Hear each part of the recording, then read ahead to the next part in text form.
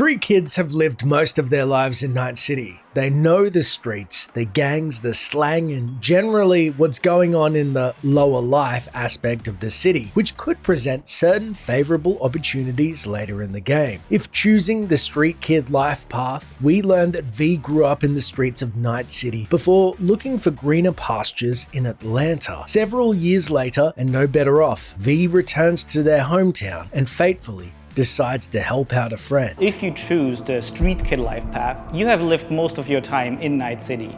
You know the streets, you know the gangs, you know the slang, you kind of know what's going on in the, let's say, lower life aspects of the city, which can of course give you lots of good opportunities also later on in the game.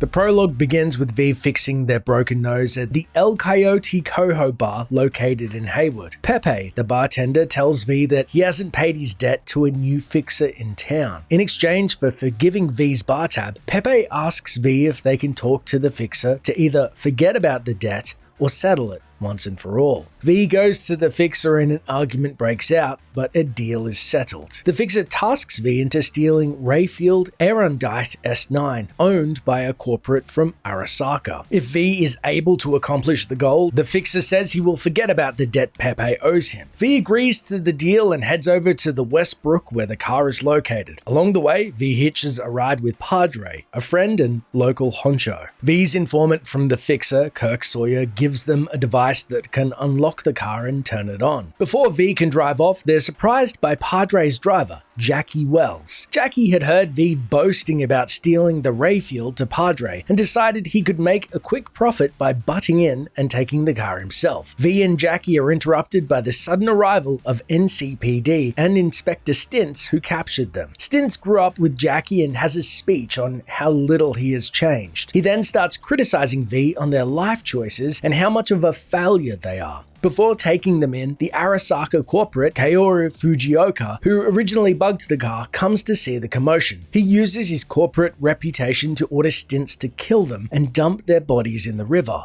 The officers beat up V and Jackie, but decide to leave them in the alleyway since they dislike the corporates as much as everyone else. The two wake up in the alley, ending the quest line, leading into a montage of them doing jobs together. Who do we have here? Grew up in Haywood. The whole street was my family. Neighbors helped each other out. Thought nothing of it. I'm pleased to see you have not forgotten your roots.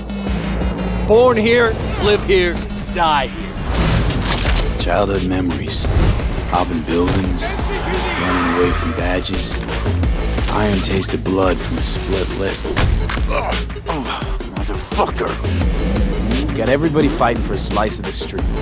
Get the fuck out of Vista. If you keep getting jumped, you find some stronger choopers.